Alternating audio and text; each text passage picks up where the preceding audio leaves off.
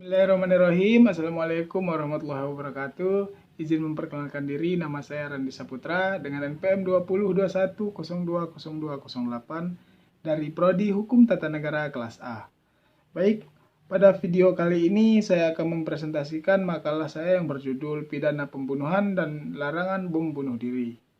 Tidak berlama-lama lagi, langsung saja pada materi. Yang pertama, A. Ayat-ayat Al-Quran. Ayat tentang larangan membunuh dan hukuman bagi pembunuhan. Yang pertama terdapat pada surat Al-Isra ayat 33 yang berbunyi A'udzubillahi minasyaitonirrajim. Bismillahirrahmanirrahim. ولا تقتلوا النفس التي حرم الله إلا بالحق ومن قتل مظلوما فقد جعلنا لوليه سلطانا فلا يشرف fil qatli innahu kana musura. Artinya, dan janganlah kamu membunuh jiwa yang diharamkan Allah membunuhnya, melainkan dengan satu alasan yang benar. Dan barang siapa yang dibunuh secara zalim, maka sesungguhnya kami telah memberi kekuasaan kepada ahli warisnya. Tetapi janganlah ahli waris itu melampaui batas dalam membunuh.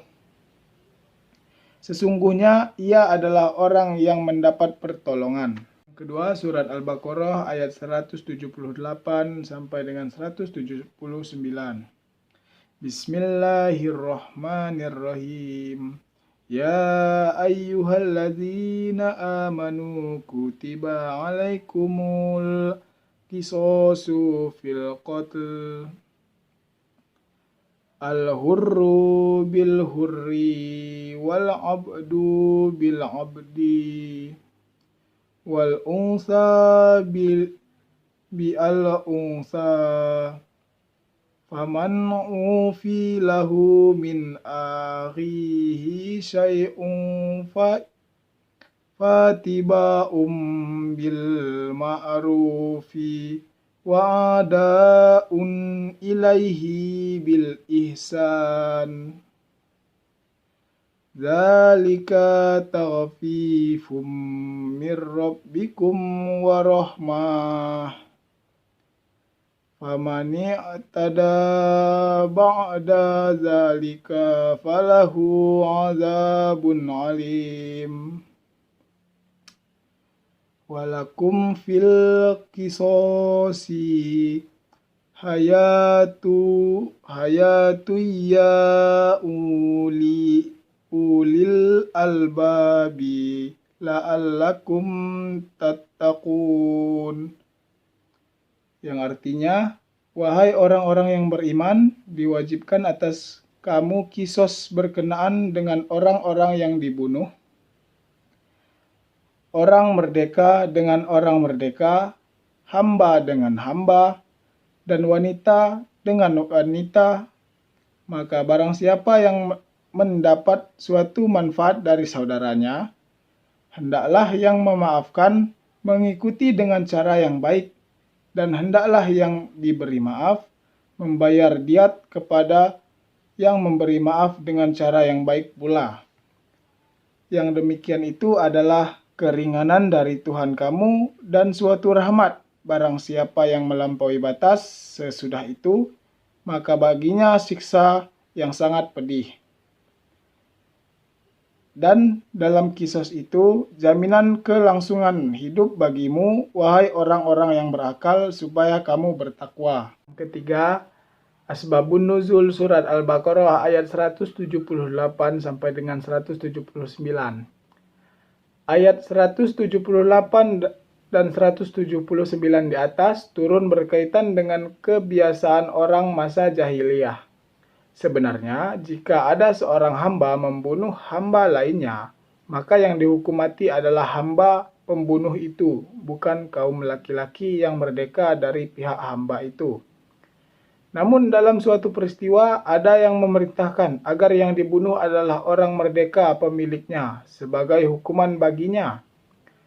Dan jika terbunuh adalah perempuan, maka yang dibunuh adalah kaum laki-lakinya.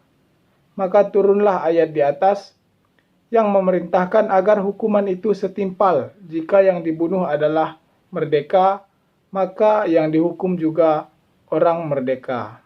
Keempat, Quran Surat An-Nisa ayat 29-30 yang berbunyi, Bismillahirrahmanirrahim.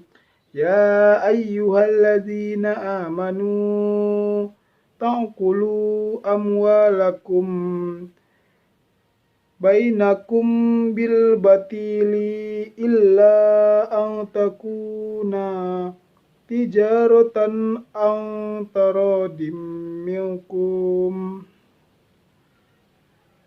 wala taftulu anfusakum innallaha kana bikum rahima wa ma taf'alu dzalika wa nawazul man fasawfa nuslihi naro wa kana dzalika 'alallahi yasiro, yang artinya, wahai orang-orang yang beriman, janganlah kamu saling memakan harta sesamamu dengan jalan yang batil, kecuali dengan jalan perniagaan yang berlaku dengan suka sama suka di antara kamu. Dan janganlah kamu membunuh dirimu, sesungguhnya Allah adalah Maha Penyayang kepada kamu. Dan barang siapa yang berbuat demikian dengan melanggar hak dan aniaya, maka kami kelak akan memasukkannya ke dalam neraka, yang demikian itu adalah mudah bagi Allah. Quran Surat An-Nisa ayat 29 sampai dengan 30. Hadis tentang pembunuhan dan hukumnya. An Abu Hurairah an Nabi sallallahu alaihi wasallam qala ajtanibus sab'a mubiqati. Qalu ya Rasulullah wa ma hunna, qala syirku billah wasyihru wa qatlun nafsi lati haramallahu illa bil haq wa aklu riba wa aklu malil yatimi wat tawali yaumar rahfi wa qazful muhsanatil mu'minatil khafalat, yang artinya dari Abu Hurairah radhiyallahu anhu dari Nabi sallallahu alaihi wasallam, beliau bersabda, jauhilah 7 dosa yang membinasakan. Mereka para sahabat bertanya, wahai Rasulullah, apakah itu?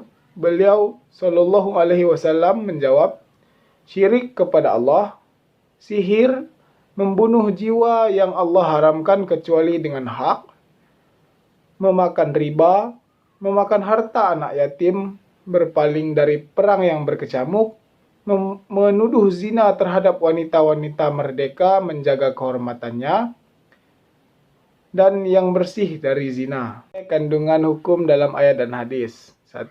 Allah mengharamkan pembunuhan karena menyebabkan hilangnya nyawa manusia. Hanya Allah Subhanahu wa taala yang memiliki kehidupan dan bukan manusia. Yang kedua, melakukan pembunuhan tanpa sebab yang dibenarkan adalah haram dan berdosa besar. Demikian pula membunuh diri sendiri. Yang ketiga, hadis Nabi menyebutkan ada 3 alasan boleh dilakukannya pembunuhan. Hukuman mati, yaitu murtad atau keluar dari agama Islam, zina bagi yang sudah menikah, membunuh orang lain tanpa hak. 4. Dalam pandangan maqasid syariah, Cara menjatuhkan hukuman bisa berubah asalkan tujuannya sama, untuk membuat pelaku kejahatan jera dan tidak mengulanginya. Maka hukuman mati bagi orang murtad hanya bisa dijatuhkan jika murtadnya diikuti dengan pengkhianatan terhadap negara. Jika murtadnya hanya sekedar pindah agama, maka tidak bisa dihukum mati. Demikian pula hukuman bagi pezina bisa diganti dengan hukuman penjara, tidak harus dengan hukuman cambuk atau rajam. Yang kelima, pihak yang boleh melakukan hukuman mati atas pelaku pembunuhan adalah aparat hukum pemerintah, bukan oleh perorangan.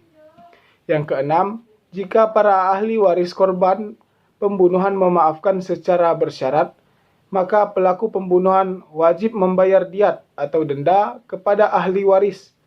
Namun jika memaafkan secara murni tanpa syarat apapun, maka tidak wajib lagi membayar diat. Yang ketujuh, bom bunuh diri adalah meledakkan bom pada tubuh sehingga bisa menyebabkan kematian pelakunya dan orang-orang di sekitarnya. Hukum bunuh diri adalah haram karena menyebabkan hilangnya nyawa manusia dengan cara tidak benar. 8. Maksud ayat dan janganlah kalian membunuh diri kalian menurut ulama adalah larangan membunuh sesama orang-orang beriman. Namun ayat itu juga dimaknai sebagai larangan membunuh diri sendiri dan diri orang, atau sebagai larangan memakai dan mengkonsumsi segala hal yang dapat menyebabkan kerusakan dan membahayakan kehidupan. D. Kasus pembunuhan pegawai BRI Link di Lampung Timur, Lely Agustin 20 tahun. Karyawati agen Briling Kecamatan Waibungur, Lampung Timur menjadi korban perampokan yang berlangsung di tempat kerjanya. Perempuan tersebut tewas ditembak perampok. Namun sebelumnya Lely sempat menunjukkan aksi berani dengan mencoba menghentikan pelaku perampokan. Kapolsek Waibungur, Ibtu Riki Setiawan mengatakan pelaku saat itu hendak kabur membawa tas berisi uang 50 juta yang dibawa pemilik Briling Tri Lestari. Korban yang melihat pelaku hendak kabur mengejar perampok sampai di area parkir. Akan tetapi aksi Lely terhenti usai ditembak sebanyak 2 kali oleh pelaku. Analisis kasus. Menurut saya ada beberapa faktor yang melatar belakangi banyaknya kasus kejahatan. Salah satunya adalah tingkat pengangguran di suatu daerah tersebut masih tinggi dan sulitnya mendapatkan pekerjaan, sehingga menimbulkan pemikiran yang ingin menghasilkan uang secara instan dikarenakan kebutuhan sehari-hari yang kian meningkat. Tindak pidana perampokan sekaligus pembunuhan terhadap Lely Agustin, agen Briling di Lampung Timur, merupakan perbuatan keji yang jelas dilarang oleh agama dan negara. Dalam KUHP menjelaskan dan mengatur tentang tindak pidana perampokan disertai pembunuhan yang dijelaskan dalam pasal 365 KUHP yang berbunyi 1. Dengan hukuman penjara selama-lamanya 9 tahun, dihukum pencurian yang didahului disertai atau diikuti dengan kekerasan atau ancaman kekerasan terhadap orang yang dimaksud menyiapkan dan memudahkan pencurian itu untuk atau jika tertangkap tangan supaya ada kesempatan bagi dirinya sendiri atau bagi kawannya yang melakukan kejahatan itu akan melarikan diri atau supaya barang yang dicuri tetap di tangannya. Kedua, penjara selama-lamanya 12 tahun dijatuhkan. 1. Jika perbuatan itu dilakukan pada waktu malam dalam sebuah rumah atau pekarangan yang tertutup yang ada rumahnya atau di jalan umum atau di dalam kereta api atau tram yang sedang berjalan. B. Jika perbuatan itu dilakukan oleh 2 orang bersama-sama atau lebih. C. Jika si tersalah masuk ke tempat melakukan kejahatan atau dengan jalan membongkar atau memanjat atau dengan jalan memakai kunci palsu, perintah palsu, atau pakaian jabatan palsu. D. Jika perbuatan itu menjadikan orang mendapat luka berat. Yang ketiga, hukuman penjara selama-lamanya 15 tahun jika karena perbuatan itu ada orang mati. Keempat, hukuman mati atau penjara seumur hidup atau penjara selama-lamanya 20 tahun dijatuhkan jika perbuatan itu menjadikan ada orang yang mendapat luka berat atau mati dilakukan oleh dua orang bersama-sama atau lebih dan disertai pula oleh salah satu hal yang diterangkan dalam nomor 1 dan nomor 3. Pembunuhan salah satu tindak pidana menghilangkan nyawa seseorang termasuk dosa besar. Dalam fikih, tindak pidana pembunuhan disebut juga dengan al-jinayah, a'la an-nafs, al-insaniyah, kejahatan terhadap jiwa manusia. Ulama fikih mendefinisikan pembunuhan dengan perbuatan manusia yang berakibat hilangnya nyawa seseorang. Menurut Waqban Zuhaili, pembunuhan adalah perbuatan yang menghilangkan atau mencabut nyawa seseorang. Dari definisi ini dapat diambil intisari bahwa pembunuhan adalah perbuatan seseorang terhadap orang lain yang mengakibatkan hilangnya nyawa, baik dilakukan dengan sengaja maupun tidak. Dasar keharaman membunuh banyak sekali di dalam ayat Al-Quran dan Sunnah Rasulullah SAW yang menyatakan keharaman membunuh tanpa suatu sebab yang dihalalkan syarak. Salah satunya adalah Quran Surat Al-Isra ayat 33 yang artinya, dan janganlah kamu membunuh jiwa yang diharamkan oleh Allah, melainkan dengan suatu alasan yang benar, dan barang siapa yang dibunuh secara zalim, maka sesungguhnya kamu telah memberi kekuasaan pada ahli warisnya, tetapi janganlah ahli waris itu melampaui batas dan membunuh. Dalam membunuh, sesungguhnya ia adalah yang mendapat pertolongan. Dan sunnah hadis riwayat Bukhari Muslim yang berbunyi, yang artinya dari Abu Hurairah radhiyallahu anhu dari Nabi SAW, beliau bersabda, jauhilah 7 dosa yang membinasakan.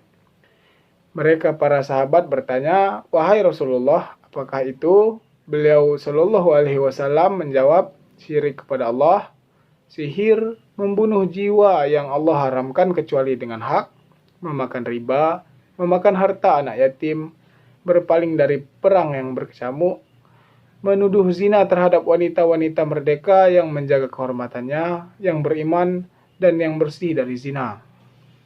Macam-macam pembunuhan.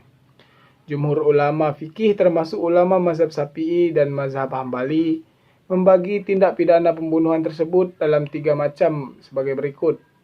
1. Pembunuhan sengaja, yaitu pembunuhan yang disengaja dibarengi dengan rasa permusuhan yang menggunakan alat yang bisa menghilangkan nyawa baik secara langsung maupun tidak. Yang kedua, pembunuhan semi sengaja, yaitu pembunuhan yang disengaja dibarengi dengan rasa permusuhan tapi menggunakan alat yang biasanya tidak mematikan. Yang ketiga, pembunuhan tersalah, yaitu suatu pembunuhan yang terjadi bukan disengaja.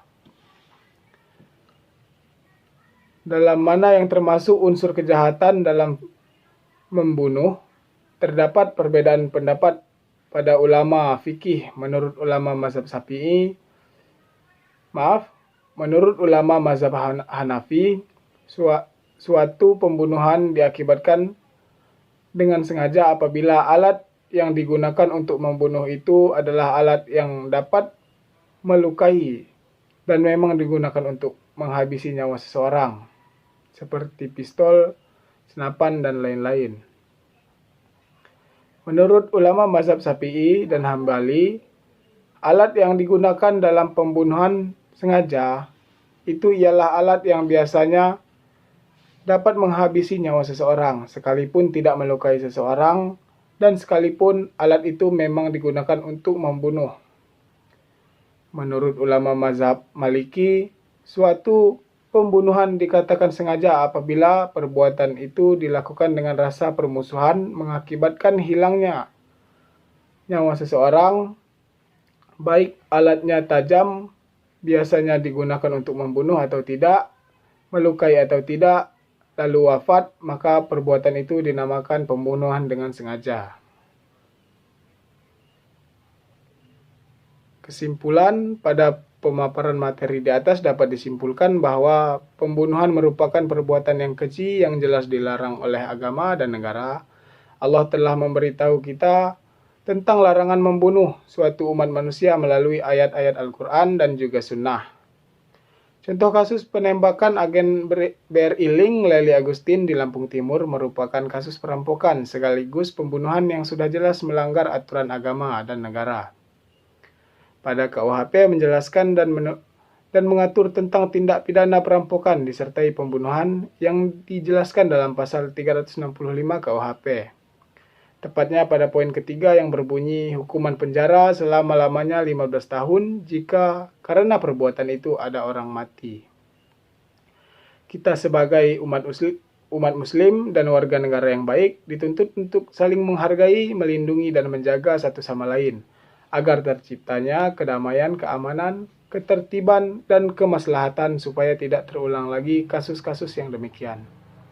Mungkin demikian saja materi dari saya. Saya akhiri. Wassalamualaikum warahmatullahi wabarakatuh.